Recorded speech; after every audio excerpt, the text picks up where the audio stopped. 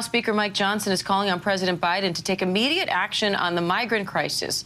Johnson visited the Texas border with dozens of Republican lawmakers, calling the trip an eye-opener and saying America is at a breaking point. Now the Department of Justice is suing Texas over the state's new immigration law. ABC's Matt Rivers is in Eagle Pass, Texas, with more. The Department of Justice is suing the state of Texas, attempting to block a tough new immigration law from taking effect this March. The new law would give state officials the right to detain and deport migrants suspected of entering the state illegally. But the DOJ says only the federal government has that right, calling the Texas law unconstitutional. Republican Governor Greg Abbott firing back online saying, quote, "I like my chances. Texas is the only government in America trying to stop illegal immigration." This as several key border crossings are reopening from California to South Texas, weeks after record numbers of migrant crossings prompted federal officials to close 4 different ports of entry. Numbers of daily migrant encounters are lower in recent days, but the overall picture is unprecedented. Sources telling ABC News more than 302,000 migrant encounters were registered last month, the highest ever monthly number. One thing is absolutely clear.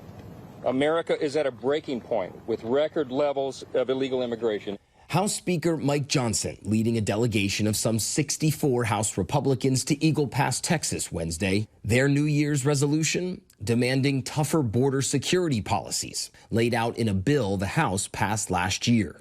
H.R. 2 is the necessary ingredient. Why? Because it has provisions that fix each of these problems. The White House calling Johnson's border trip a political stunt, saying House Republicans have rejected requests for more funding at the border multiple times. And ABC's Matt Rivers joins me now from Eagle Pass, Texas for more. Matt, you're at a port of entry right along the border. So what's happening there now? Yeah, so for the first time in weeks, Diane, we're seeing this is International Bridge 1 here, leading from the U.S. side where we are over to Piedras Negras, Mexico, and it's actually open for the first time in weeks. This had been closed by CBP because of the amount of migrants that I mentioned in the piece there. Tens of thousands of migrants were crossing over the course of the month of December, and it forced CBP to divert resources normally assigned to process people at this port of entry, just people who are crossing back and forth on a day-to-day basis, to that migrant crisis. That is what we were seeing during December. Right now, the number of people crossing daily, the number of migrant encounters has gone down significantly, but it doesn't mean that any of this is solved. It just means that what happens at the border is that it ebbs and flows in terms of the amount of crossings, and right now, we're not seeing as many as we were seeing in December. So what did House Speaker Johnson and these other Republicans see on their trip to the border?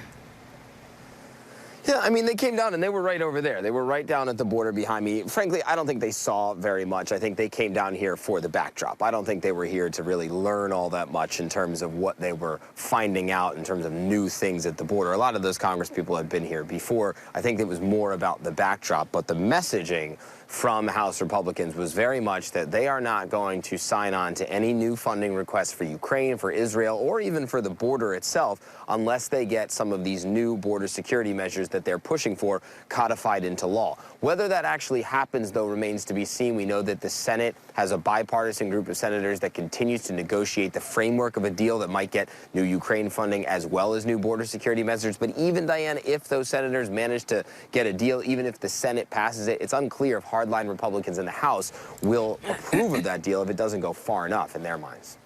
Now, Speaker Johnson called the border crisis a disaster of the president's own design. How's the Biden administration reacting to these accusations and these calls for action from Republicans?